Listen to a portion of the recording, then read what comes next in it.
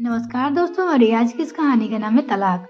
पड़ोस के घर से आती रोज रोज की मारपीट, चीखने की, रोने की आवाज से घर में बहुत परेशान हो चुकी थी। माँ के मना करने पर आज उसने पड़ोसी का दरवाजा खटखटा दिया। गरिमा के पापा का स्थान इस शहर में हुआ था। कुछ ही दिन पहले उन लोगों ने इस घर में शिफ्ट हुए। गरिमा कॉलेज में पढ़ती है, ये मनोविज्ञान की छात्रा है और उसका भाई 12वीं कक्षा में पढ़ता है।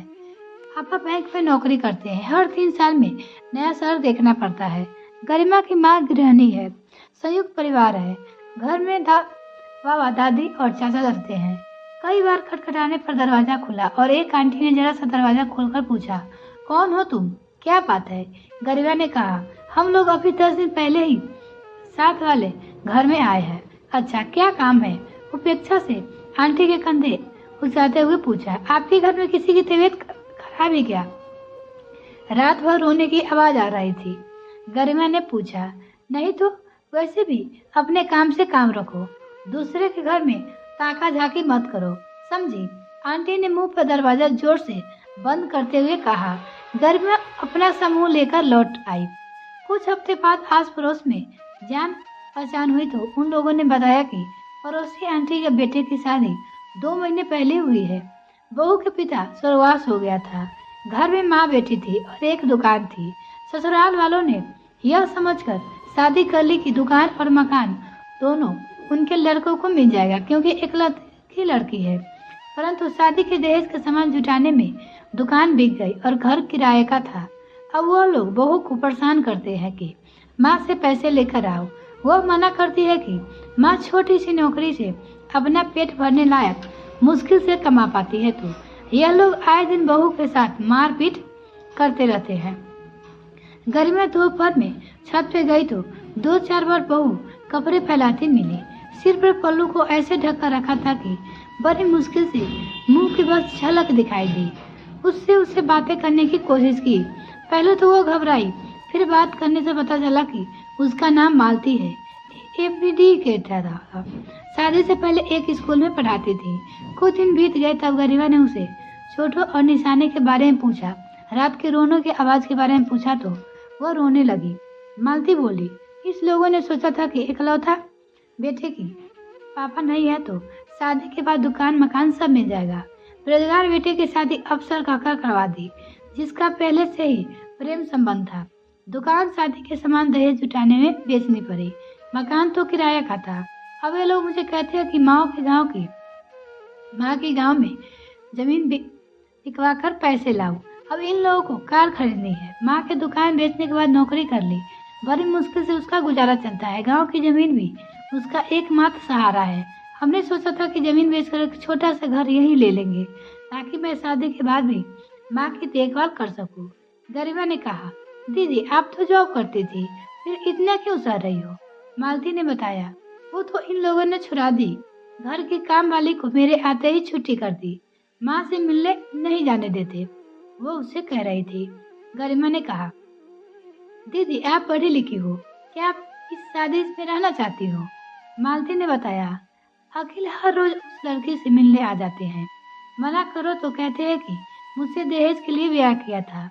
घर के काम काज करो और कोने में पड़ी रह। हर रात पीटते हैं। माँ की जमीन बेचने के लिए कहते हैं। मैं माँ को सहारा छीन नहीं सकती। चुपचाप मार खाने के अलावा मेरे पास चारा भी नहीं है।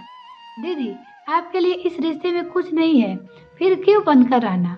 अगर मैं अलग हो जाऊँ तो समाज क्या कहेगा? समाज जब आपकी चीखे दर्द पुकार सुनकर कानों में बत्ती देकर बैठ जाते हैं तो आप उनकी परवाह क्यों कर रही हो? अपनी नहीं तो माँ की सोचो और इस गले सड़े रिश्ते से बाहर निकलो। अपने पैर पर पूरी खड़ी होकर देखो तो हो सकता है भविष्य में घर में आपके लिए कुछ अच्छा छिपा हो। इस तरह तिरस्कृत होकर रहने से क्या मिल रहा है आपको? परंतु प्रयास तो आपको ही करना होगा। वो मालती से कहती है, मुझे तो तिरस्कारपूर्ण जीवन नहीं जीना है। पल पल शारीरिक और मानसिक तौर पर मर रही हूँ मैं इस रिश्ते से बाहर आना चाहती हूँ। मालती ने पहली बार अपने मन की पर्दे खोली। यह सब सुनकर गरिमा अंदर तक हिल गई। उसने मालती की आप बीती घर में बताई, यानी अपने घर की बातें बताई। गरिमा ने अगले दिन में मालती से उसकी माँ का फोन नंबर और घर का पता लिया।